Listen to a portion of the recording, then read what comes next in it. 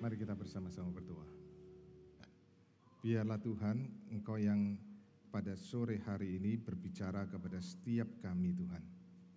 Biarlah Engkau sendiri yang mempertajam pikiran kami Tuhan, sehingga kami boleh mengerti kebenaran-Mu. Biarlah Engkau sendiri yang mempertajam hati kami, sehingga kami boleh peka mendengar suara-Mu Tuhan. Tuhan, biarlah Engkau bekerja di dalam kuasa-Mu di tengah-tengah kami pada malam hari ini Tuhan. Engkau berbicara kepada setiap kami Tuhan. Kuasa-Mu yang menguasai kami Tuhan, sehingga betul-betul kami boleh dibentuk Tuhan, kehidupan kami semakin hari semakin serupa dengan Engkau. Di dalam nama-Mu Tuhan kami Yesus Kristus kami berdoa. Amin. Selamat malam Bapak Ibu yang dikasihi Tuhan. Ya. Malam hari ini kita bicara sebuah topik yaitu Injil versus ketaatan. Ya, 3 minggu kita sudah bicara Injil versus agama. Imlek berbeda lagi ya, karena itu bicara topik yang lain tentang tradisi. Kemudian Injil minggu lalu, Injil dan moralitas. Kali ini kita bicara tentang Injil dan ketaatan. Nah, Bapak Ibu, saya mengajak kita melihat satu bagian firman Tuhan dari Galatia pasal 5 ayat 1 sampai 6. Galatia pasal 5 ayat 1 sampai 6. Ya, kita melihatnya bersama-sama. Ya. Saya akan bacakan untuk Bapak Ibu boleh lihat di depan atau di HP Bapak Ibu ya, saya bacakan. Supaya kita sungguh-sungguh merdeka. Kristus telah memerdekakan kita. Karena itu berdirilah teguh dan jangan mau lagi dikenakan kuk perhambaan. Sesungguhnya aku Paulus berkata kepadamu, jikalau kamu menyunatkan dirimu, Kristus sama sekali tidak akan berguna bagimu. Sekali lagi kutegaskan kepada setiap orang yang menyunatkan dirinya bahwa ia wajib melakukan seluruh hukum Taurat. Kamu lepas dari Kristus jikalau kamu mengharapkan pembenaran melalui hukum Taurat. Kamu hidup di luar anugerah. Sebab oleh roh dan karena iman kita menantikan pembenaran yang kita harapkan. Sebab bagi orang yang ada di dalam Kristus Yesus, hal bersunat atau tidak bersunat tidak mempunyai arti. Hanya iman yang bekerja oleh kasih.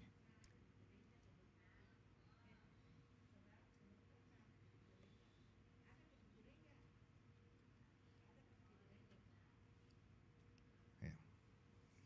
Bapak Ibu yang dikasihi Tuhan, Bapak Ibu yang dikasihi Tuhan, seringkali kita mendengar ya orang berkata begini, kita ini diselamatkan karena apa? Karena kita percaya kepada Yesus dan karena kita taat kepada Tuhan Yesus. Kita diselamatkan karena kita percaya kepada Yesus dan karena kita taat kepada Yesus. Artinya, keselamatan itu percaya kepada Yesus ditambah dengan ketaatan. Menurut Bapak Ibu, pernyataan ini benar nggak? Setuju nggak? Ini pernyataan benar atau salah menurut Bapak Ibu? Yang ngomong benar siapa? Oke. Yang ngomong salah? Oke. Kita lihat, ya, coba kita lihat. Ini benar atau salah? Bapak Ibu, kalau ternyata bahwa keselamatan itu percaya kepada Yesus dan kita juga harus ditambahkan dengan ketaatan, baru kemudian itu kita bisa selamat. Pertanyaannya begini, iman kepada Yesus cukup nggak? Iman percaya kepada Yesus cukup nggak? Kalau kita percaya kepada Yesus, harus ditambahkan dengan keselamatan, baru kita selamat. Percaya kepada Yesus cukup nggak? Nggak cukup, betul ya? Nggak cukup. Kenapa? Karena nggak cukup, maka dia harus ditambah dengan apa? Keselamatan.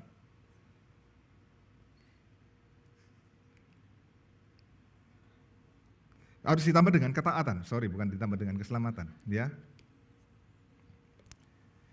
Kita percaya kepada Yesus apanya? Kita percaya kepada karya penebusan Yesus di atas kayu salib, Yesus yang mati menggantikan dosa kita, dan Yesus yang bangkit mengalahkan maut. Betul nggak? Ya.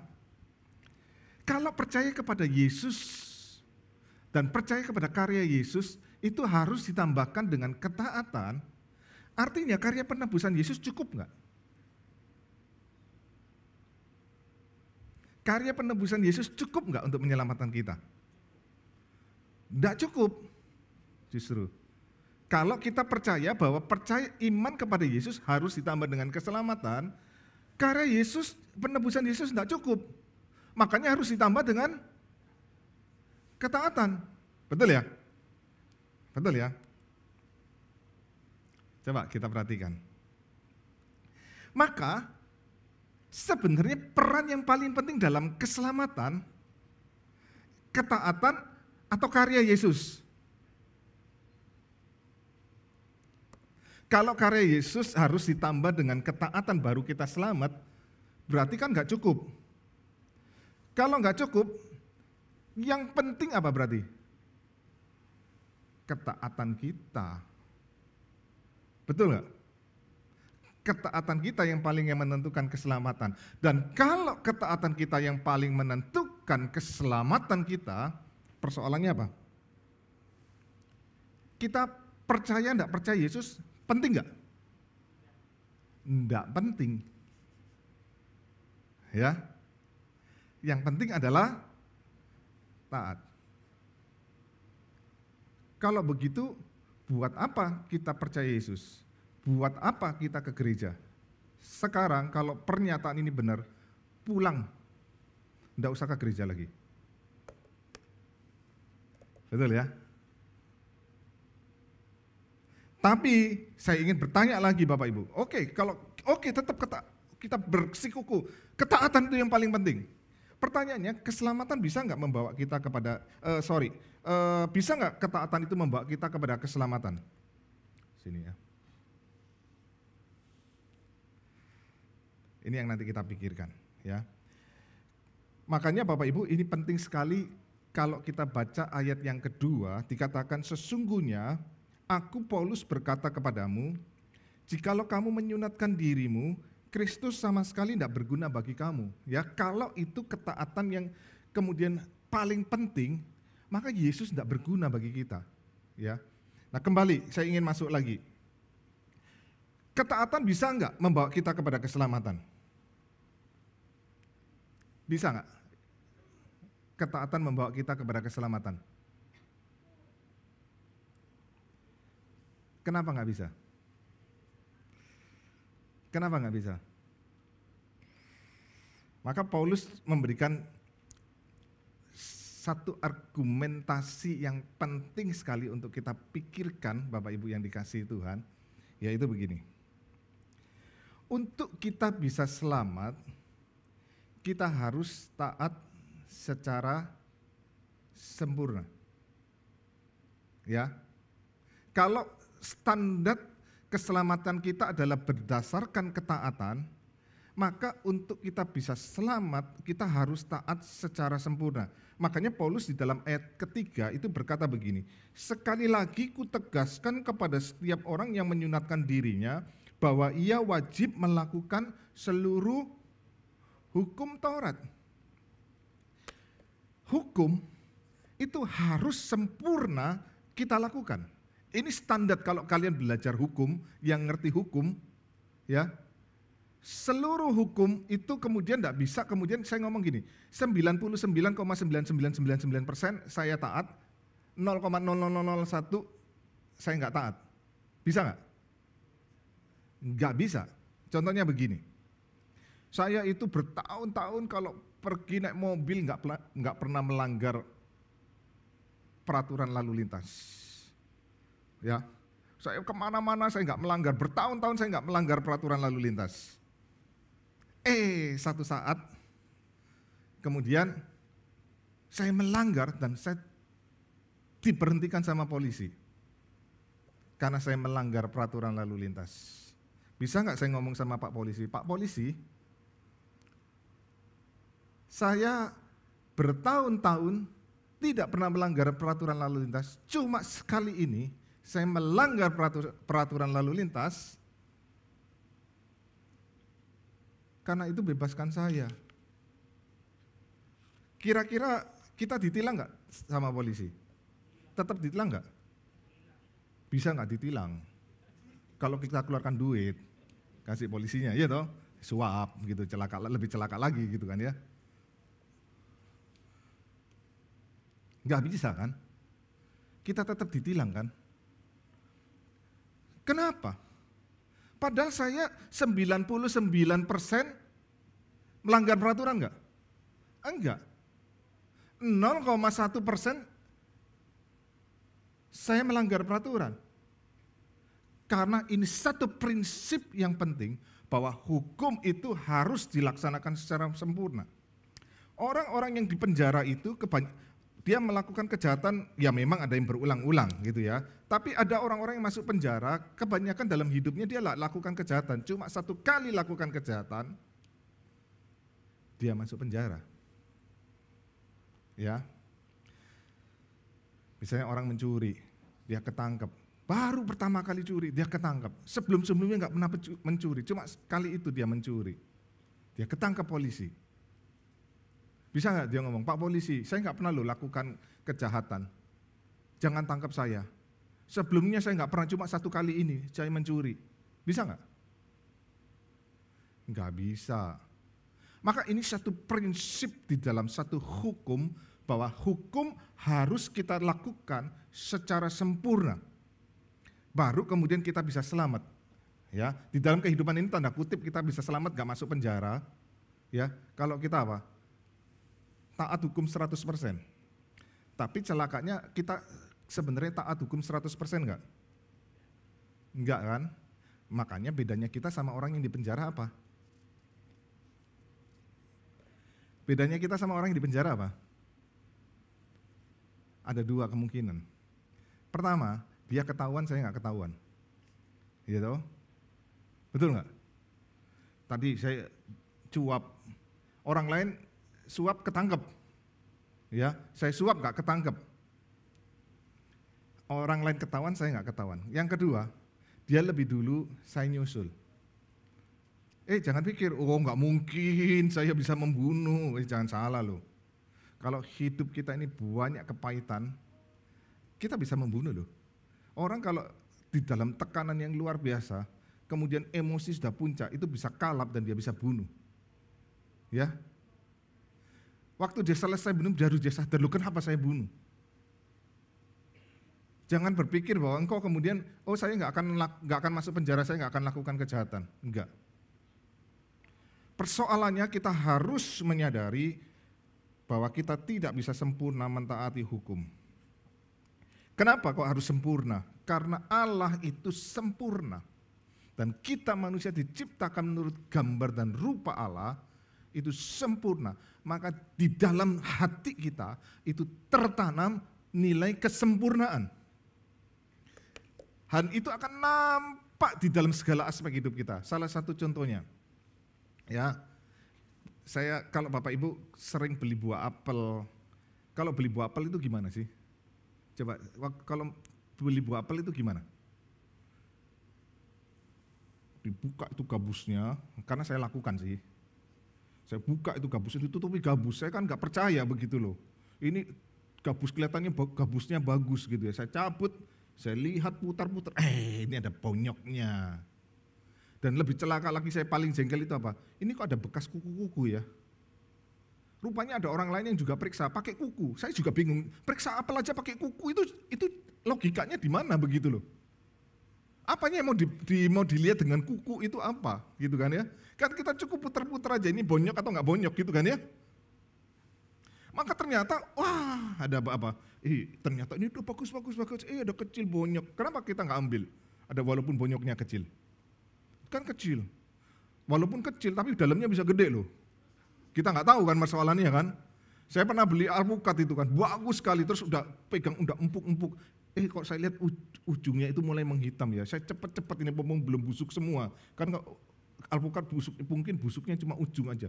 Saya potong tengah, di dalamnya ternyata busuk semua. Ya, wah ternyata gitu ya. Makanya kenapa kemudian itulah standar kesempurnaan. Kita selalu mencari yang apa? Sempurna.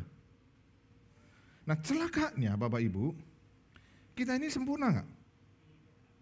Kita ini manusia berdosa, manusia yang sudah jatuh dalam dosa, kita tidak sempurna.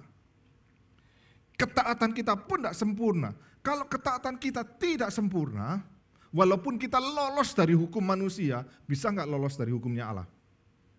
Tidak bisa. Kita tidak bisa nipu Tuhan.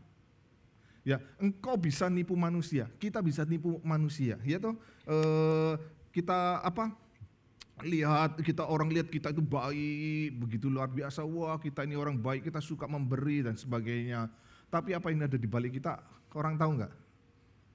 Nggak tahu loh. Ya, ada banyak hal yang tersembunyi di balik hidup kita yang orang lain nggak lihat kita, betul nggak? Termasuk saya. Orang lihat, musuh, kelihatan ini pendeta orang sempurna, rohani. Bapak Ibu saya nggak rohani, saya rohana Bapak Ibu. Ya, kalau orang Sunda itu kan nggak pakai i, pakai a semua. Ya, saya orang juga banyak dosa-dosanya. Jangan berpikir kemudian kita, orang lain bisa lihat kita coba tutupi kehidupan kita. Kita tidak mungkin Bapak Ibu. Di hadapan Tuhan kita bisa sembunyikan. Mungkin di hadapan manusia engkau bisa sembunyi, tetapi di hadapan Allah enggak. Nah, banyak Bapak Ibu orang-orang itu kelihatan luar biasa ya. Nggak taunya apa? Ternyata diam-diam gitu ya. Kalau kita sering kali melihat anak-anak muda sekarang di kamar, kok seneng ya anak saya baik enggak keluar rumah ya. Anak saya itu baik enggak keluar rumah. Di kamar aja, tapi di kamar buka apa? Enggak tahu. Saya buka pornografi. Nonton yang enggak. Kita kemudian ngomong, ini anak muda ini memang enggak bener. Jangan salah dulu ya. Saya masih ingat waktu saya tahun berapa itu, waktu zamannya VCD, DVD ya. Sekarang kan nggak ada VCD, DVD, udah nggak laku semua kan ya. Semua nonton di YouTube, di Netflix semua di itu ya. Banyak sekali di aplikasi kita bisa nonton film. Nggak usah sewa, sewanya bayar per bulan lebih murah gitu kan. Nah waktu zaman itu kemudian saya juga suka nonton film, saya pinjam. Tapi iseng-iseng saya juga sekaligus survei. Saya tanya-tanya, ya, rumah saya dekat dengan kampus Kristen gitu ya. Kemudian saya tahu itu banyak anak-anak muda ini. Saya tanya-tanya, itu yang pinjam film porno banyak kan anak-anak muda ya? Saya tanya gitu kan. Oh enggak, kata si penyewanya. Yang pinjam banyak om-om. Ternyata kaget saya, om-om juga gitu ya. Banyak yang juga ternyata bukan cuma orang muda pergumulannya. Terus saya tanya lagi, banyak laki-laki atau perempuan yang pinjam? Banyak perempuannya. Ya, ada perempuan lebih banyak nonton film porno ternyata zaman sekarang. Wah ternyata ada banyak yang kemudian kita bisa sembunyikan. Orang lain nggak tahu. Apa yang kita lakukan di belakang? Ya ada orang yang bisa lihat orang itu, itu dia baik sekali. Saya ketemu orang yang rajin sekali pelayanan. Kalau sama orang begitu ramah sekali, dia itu kemudian mau disuruh pelayanan apa, pokoknya apa dia akan lakukan. Orang lihat ini orang luar biasa. Enggak taunya apa? Saya dengar, kalau di rumah suka nampar istrinya.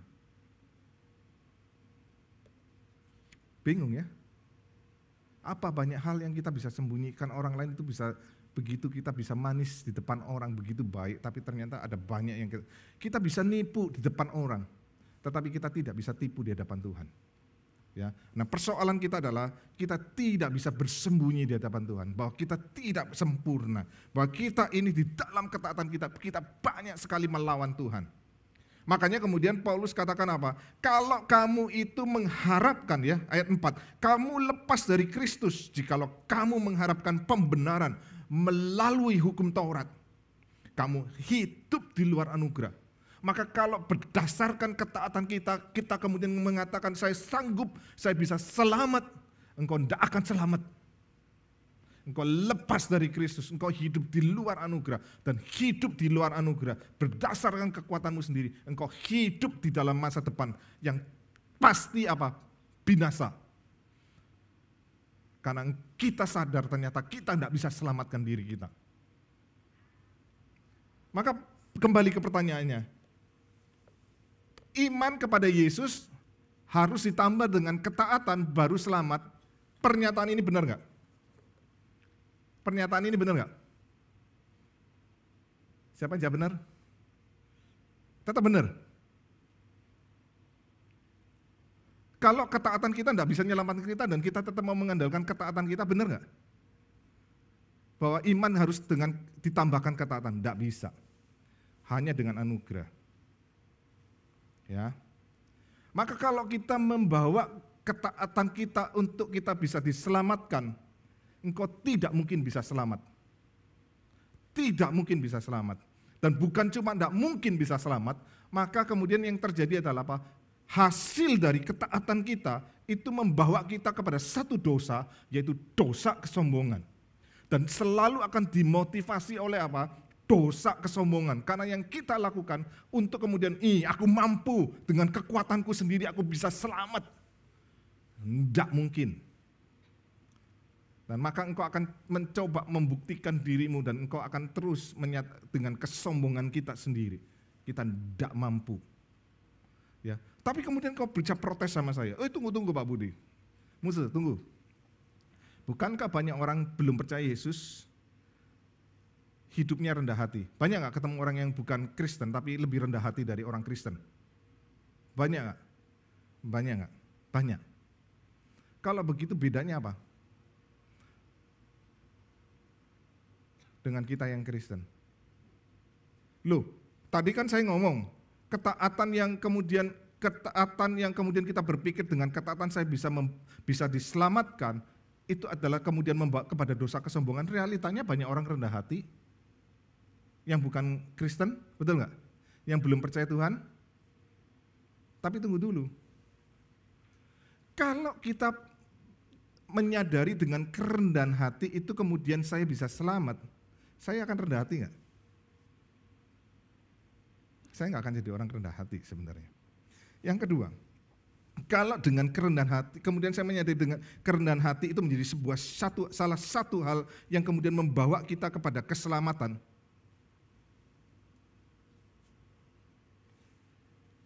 Bapak Ibu yang dikasihi Tuhan, kerendahan hati kita kemudian adalah kerendahan hati yang sebenarnya bukan kerendah hati. Karena kemudian di dalam kerendahan hati itu kita terus menyandarkan dengan kekuatan kita atau kekuatan Tuhan.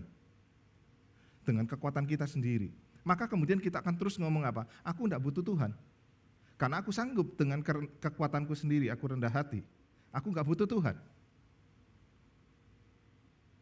Waktu saya ngomong saya nggak butuh Tuhan, itulah dosa siapa?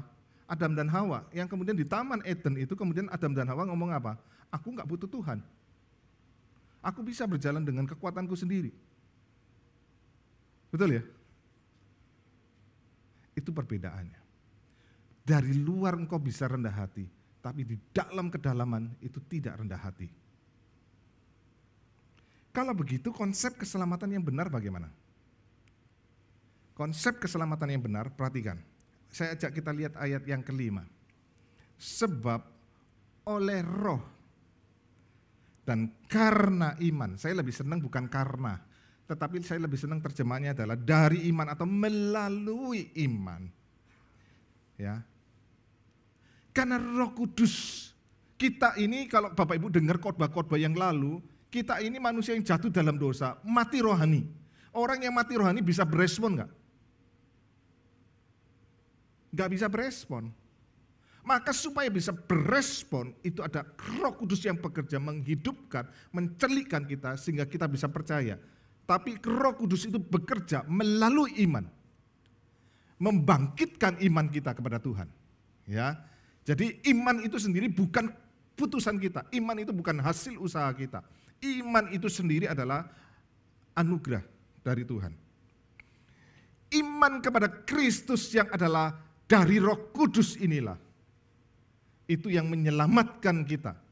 Tidak perlu ditambah-tambahi dengan ketaatan, karena ketaatan kita nggak mampu menyelamatkan diri kita. Tetapi begini loh Bapak Ibu, kita tidak boleh berhenti sampai di titik itu.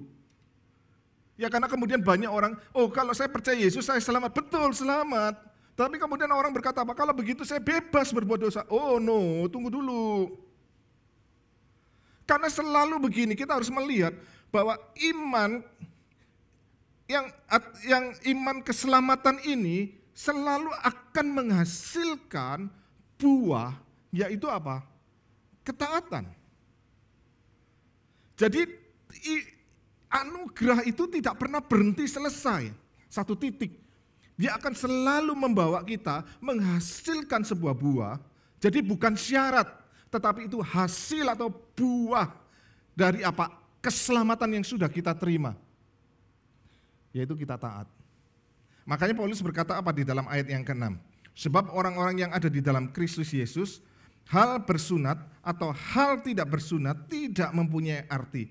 Hanya iman yang bekerja oleh kasih. Nah, saya lebih senang di terjemahan bahasa Inggris NIV. Saya terjemahkan tidak pakai bahasa Inggrisnya, tetapi langsung saya terjemahkan dalam bahasa Indonesia. Iman yang terekspresi melalui apa? Kasih. Jadi iman kita itu kemudian membuahkan, menghasilkan apa? Kasih. Jadi kasih atau ketaatan itu bukan syarat supaya saya selamat. Tetapi itu adalah buah karena saya sudah percaya, saya sudah diselamatkan, saya sudah diberi anugerah oleh Tuhan. Keselamatan itu, maka itu menghasilkan buah, yaitu ketaatan. Maka ketaatan kita bukan berdasarkan kekuatan kita. Ketaatan kita itu sumbernya dari siapa? Dari Kristus, sumbernya dari anugerah yang diberikan. Maka kita melihat lebih dalam motivasi ketaatan kita. Sekali lagi, itu bukan syarat saya diselamatkan. Kalau saya percaya Yesus, ditambah ketaatan baru saya selamat, ketaatan itu sebagai apa? Syarat. Dan gak mungkin ketaatan itu kalau ketaatan itu sebagai syarat kita diselamatkan, kita bisa selamat. Gak bisa. Tetapi karena saya sudah diselamatkan, saya sudah diberikan anugerah, dan itu bukan lagi menjadi syarat, maka itu menghasilkan ketaatan. Ya, jadi ketaatan kita yang kita lakukan, kalau kita itu menjadi syarat, kita itu akan hidup dalam ketakutan. Nanti saya ditolak. Kalau saya taat, nanti saya diterima. Kalau saya tidak taat, saya ditolak sama Tuhan. Betul nggak? Selalu kan begitu. Tetapi kalau berdasarkan anugerah, berdasarkan Injil, bukan karena kita takut ditolak, tetapi justru karena kita ini tidak akan pernah ditolak oleh Allah. Tuhan tidak pernah menolak kita. Ya, Yesus Kristus itu mati di atas kayu salib ketika kita ini benci kepada Tuhan. Kita benci, kita berontak kepada Tuhan. Waktu kita berdosa, waktu kita benci, kita menolak Tuhan, kita tidak mau percaya, Yesus itu sudah mau mati buat kita, mengasihi kita. Nah, waktu kita sudah percaya, bagaimana mungkin Tuhan mau buang kita waktu kita gagal untuk taat. Jadi itu bukan lagi menjadi syarat ketaatan kita. Ya, ketaatan kita itu tidak membuat Allah itu nambah-nambahin kasih-Nya. Ya, kalau kita berhasil taat, kemudian Tuhan tambahin. Enggak, kasih Allah itu enggak berubah sama kita. Tidak bertambah, tidak berkurang. Waktu kita gagal untuk taat, kasih Allah berkurang enggak sama kita? Kasih Allah tidak berkurang. Ya, tidak berkurang. Ini indah loh. Kalau berdasarkan kalau saya taat, saya diterima Tuhan. Saya enggak taat, saya ditolak sama Tuhan. Hidup kita pasti akan ditolak Tuhan. Percaya enggak? Karena kita akan kemudian lebih sering untuk kita gagal untuk taat daripada kita berhasil taat. Bapak Ibu yang dikasihi Tuhan, justru ini ada satu hal yang indah loh. Ya. Dan ini menjadi sesuatu hal yang penting sekali untuk kita kemudian terus menanamkan ini di dalam hati kita. Karena saya menemukan banyak orang Kristen apa? Rasa, aduh aku enggak layak pelayanan, aku ini enggak bisa karena apa, aku masih banyak dosanya. Ya memang kita akan selalu berdosa. Ya. Tapi keberdosaan itu tidak mengurangi kasih Allah. Tetapi hati-hati, bukan kemudian kita menjadi malas untuk kemudian belajar taat, bukan. Ya, ini bukan. Tapi justru indahnya itu mendorong kita untuk justru semakin rindu taat kepada Tuhan. Anugerah itu akan mendorong kita untuk apa? Rindu taat kepada Tuhan. Anugerah, kasih Tuhan itu akan membawa kita untuk kemudian apa? Semakin hari, semakin mau apa? Saya belajar untuk bertumbuh di dalam Tuhan. Saya ambil contoh begini. Saya pernah berapa kali ya? Saya mungkin Bapak Ibu lupa mungkin ya apa yang saya pernah ngomong. Saya 2 kali mungkin pernah cerita. Saya pernah nonton acara Discovery Channel. Saya lupa Discovery Channel atau National Geographic. Itu kisahnya di Amerika, itu orang-orang mengadakan orang-orang, saya nggak tahu itu apa Kristen atau bukan, tapi pohon saya bukan itu, orang-orang itu kemudian mereka mendirikan apartemen, membangun sebuah apartemen yang baik, dan apartemen ini dikhususkan bagi orang-orang gelandangan dan pecandu narkoba. Ya. Orang-orang gelandangan ini kemudian ditampung, ditaruh di apartemen yang baik, setiap hari mereka diberi makan yang baik, mereka diberi pakaian yang baik. Secara logika, waktu itu saya langsung berpikir, waktu awal-awal itu saya langsung berpikir gini, ini orang bodoh banget ya. Itu belum selesai filmnya, saya berpikir apa? Ini bodoh banget. Orang gelandangan dan pecandu narkoba dikasih tempat tinggal yang baik, dikasih baju yang baik, dikasih makanan yang baik. Itu sesuatu yang apa? Sia-sia dilakukan. Seperti menabur garam di laut. Tetapi yang mengejutkan saya adalah waktu kisahnya terus diceritakan, ternyata mayoritas orang-orang yang gelandangan dan pecandu narkoba yang ditampung di apartemen itu, justru mereka meninggalkan apartemen itu dan kemudian mereka memulai hidup normal, mereka melepaskan kecanduan mereka tidak mau lagi diikat dengan narkoba, dan kemudian mereka apa? Mulai bekerja, dan kehidupan mereka menjadi normal. Dan yang luar biasa yang waktu diwawancara begini, waktu diwawancara orang-orang yang tinggal di apartemen itu dan mayoritas itu keluar dan mereka hidup normal. Mereka kemudian diwawancara ditanya, kenapa kamu kok bisa hidup normal? Kan tadinya kamu gelandangan dan pecandu narkoba. Mereka kemudian ngomong begini, waktu kami ditaruh di apartemen itu, dan diberi makanan yang layak, diberi pakaian yang layak, kami melihat bahwa kami ini diterima. Kami melihat bahwa hidup kami ini begitu berharga.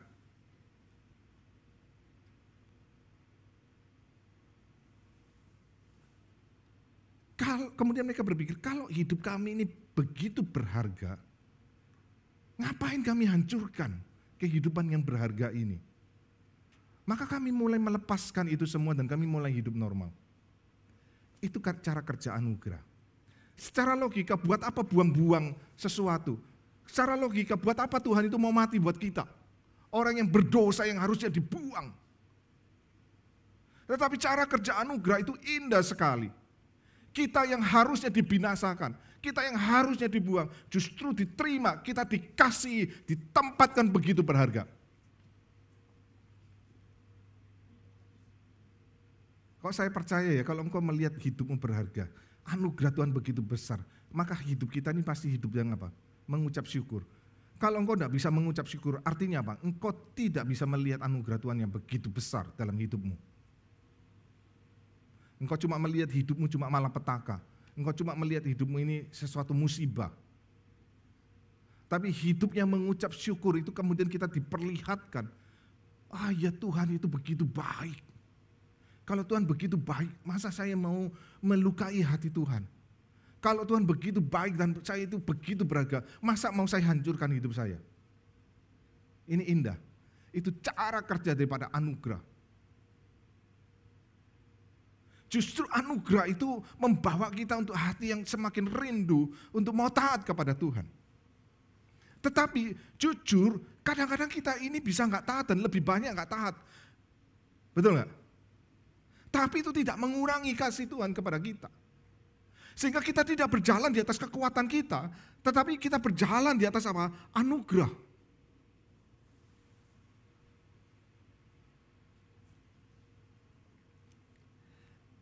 Saya pernah baca koran tahun, kalau tidak salah tahun 1999 atau tahun 2000 gitu ya. Saya itu baca koran Kompas, waktu baca di bagian belakang, 3/4 halaman. Saya tertarik sekali membaca. Kenapa? Itu menceritakan kisah hidup perancang pakaian terkenal di Indonesia yang bernama Samuel Watimena. Saya nggak tahu kehidupan dia sekarang bagaimana, tapi saya baca berdasarkan apa yang waktu itu dia saksikan. Dia tulis, terbuka sekali kehidupannya. Dia seorang perancang busana yang terkenal sekali di Indonesia. Dan dia begitu populer, dia begitu berhasil. Tetapi dia punya satu dosa, yaitu apa? Homoseksualitas. Dia usianya waktu itu kurang lebih sudah 50-an lebih ya, 50-an lebih. Dia suka main dengan pria-pria yang masih muda, daun-daun muda. Dia hubungan seks dengan pria-pria, dia sendiri pria. Dia jatuh di dalam dan dia ceritakan bagaimana dia bergelimang di dalam dosa homoseksualitas itu. Tapi kemudian diceritakan juga bagaimana pergumulan dia dan waktu itu kemudian dia percaya kepada Kristus. Dia menerima anugerah Tuhan. Tetapi kemudian dia juga jujur menceritakan bagaimana dia jatuh bangun. Ya, tetapi satu hal yang membuat akhirnya dia menang adalah dia menyadari anugerah Tuhan dalam hidupnya. Bahwa Tuhan tidak pernah buang dia. Anugerah itu akhirnya membuat dia hidup berkemenangan. Bapak Ibu yang dikasihi Tuhan, realita memang hidup kita ini bisa rapuh, bisa lemah. Tetapi di dalam kerapuhan itu kita tidak menjadi hancur. Ya, makanya kemudian kita melihat sebuah hal yang begitu indah, Bapak Ibu yang dikasihi Tuhan. Perhatikan. Ketaatan yang didasarkan oleh anugerah. Ketaatan yang lahir dari ucapan syukur karena kesadaran akan kasih daripada Tuhan dalam hidup kita. Itu kemudian selalu dimotivasi oleh ucapan syukur kita dan itu selalu melahirkan apa? Kerendahan hati. Jadi kalau kita berhasil taat, kita tidak menjadi sombong. Kita menjadi semakin rendah hati. Tetapi waktu kita gagal taat, kita tidak menjadi benci kepada diri kita. Tapi juga bukan berkata, oh kalau gitu, enak saya nggak apa-apa Tuhan, saya nggak dihukum Tuhan, saya bebas. Enggak. Tetap menyadari dan tidak benci diri, tapi benci kepada dosa. Dan kemudian berjuang untuk bertobat. Mau bangkit. Karena apa? Karena sadar Allah tidak pernah menolak kita. Bapak Ibu, kalau itu didasarkan kepada ukurannya saya taat atau tidak taat, kalau taat saya diterima Tuhan, kalau saya taat saya ditolak Tuhan, maka kita pasti ditolak. Kita tidak punya dasar untuk kita kemudian hidup di dalam ketaatan. Karena kita percuma kita taat, kita pasti binasa. Tetapi karena kita ada anugerah, justru di dalam anugerah itu lalu kemudian kita tahu, oh saya mau itu kemenangan. Kenapa? Ada pengharapan yang pasti. Bahwa Tuhan tidak pernah buang saya mau memperjuangkan kehidupan saya. Ketaatan itu kemudian waktu kita percaya kepada Tuhan, kita harus memperjuangkan ketaatan itu. Bukan supaya saya selamat, saya sudah diselamatkan. Tetapi saya berjuang karena saya rindu hidup saya untuk memuliakan Tuhan. Tapi saya tahu saya rapuh, saya lemah. Tapi saya tahu juga ada anugerah Tuhan yang terus menopang saya sehingga saya tidak jatuh terus menerus. Tapi saya bisa bangkit dan hidup berkemenangan. Maka itu menjadi sesuatu yang begitu indah yang kita miliki. Jadi Bapak Ibu saya harap kita jelas di sini ya. Keselamatan bukan saya percaya harus ditambah ketaatan, bukan. Tapi saya diselamatkan karena iman saya, dan iman itu adalah karena anugerah daripada Tuhan. Maka di dalam anugerah itu loh, saya mau untuk belajar taat. Saya mau rindu hidup saya taat kepada Tuhan. Walaupun saya tahu saya jatuh bangun di situ. Maka ini menjadi hal yang kemudian terus menghiburkan kita.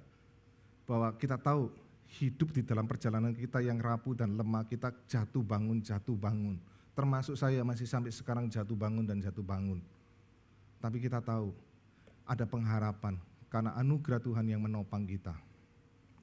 Maka saya ingin coba kita juga merefleksikan melalui kehidupan kita. Kemudian nanti Bapak Ibu pulang, Bapak Ibu bisa memikirkan pertanyaan refleksi ini, kemudian coba diskusikan dengan pasangan kita, diskusikan dengan kelompok-kelompok kita, diskusikan dengan keluarga atau teman-teman kita.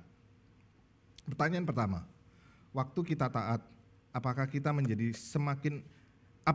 menjadi lebih mudah menghakimi atau semakin rendah hati?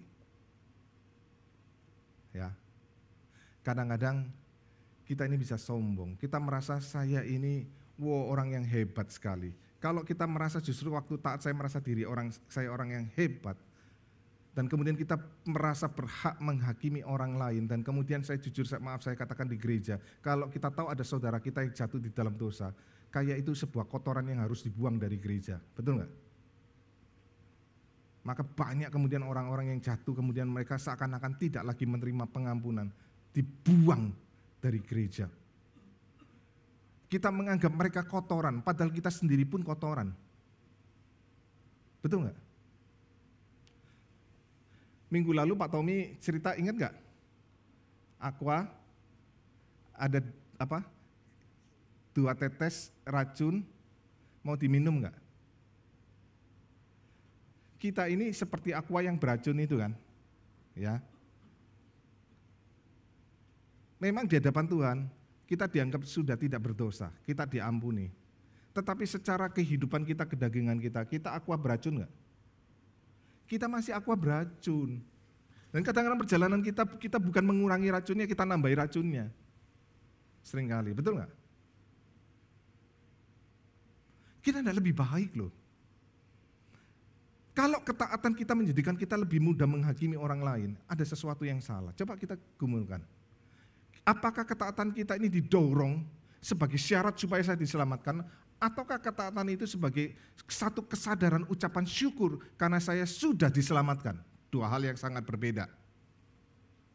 Pertanyaan kedua, bagaimana saya cara bangkit ketika saya gagal untuk taat? Cara saya bangkit bagaimana? Coba itu diskusikan. Ya. Mari saya ajak kita tundukkan kepala, kita berdoa. Sekali lagi Tuhan, tolong kami di dalam pemahaman ini Tuhan, kebenaran firman-Mu, supaya kami betul-betul mengerti konsep keselamatan yang benar. Bukan iman kepada Yesus ditambah dengan ketaatan baru kami diselamatkan, bukan. Tetapi Tuhan, kami ini yang percaya kepada Engkau. Percaya kami bukan karena kekuatan kami, tetapi karena anugerah-Mu, karena Roh Kudus yang bekerja di dalam hati kami, yang memampukan kami untuk bisa percaya. Iman itu Tuhan, yang kemudian kami, karena iman kepadamu itulah kami diselamatkan. Tidak ada tambahan-tambahan yang lain. Tetapi iman di dalam anugerah-Mu itu Tuhan, justru membawa kami kepada satu kesadaran betapa rindunya kami Tuhan mengasihi Engkau. Betapa rindunya Tuhan kami untuk taat kepada Engkau. Tuhan, pimpin kesadaran-kesadaran ini Tuhan. Tertanam di dalam hati kami. Ketika kami juga sadar Tuhan, ketika kami berhasil taat kepada Engkau, bukan supaya kami semakin Engkau kasihi. Kalau kami kemudian satu saat kami jatuh dan gagal taat, bukan itu mengurangi kasih-Mu kepada kami Tuhan. Engkau tidak pernah buang, Engkau tidak pernah tolak kami Tuhan. Biarlah itu menjadi satu ucapan syukur, satu kepastian bahwa hidup kami di dalam Engkau Tuhan. Bukan lagi hidup dalam ketakutan, tapi hidup di dalam kasih dan anugerah-Mu. Tuhan, terima kasih. Biarlah firman-Mu yang berbicara kepada setiap kami. Kami berdoa Tuhan, kami berdoa di dalam nama Tuhan kami Yesus Kristus, Tuhan yang hidup. Amin.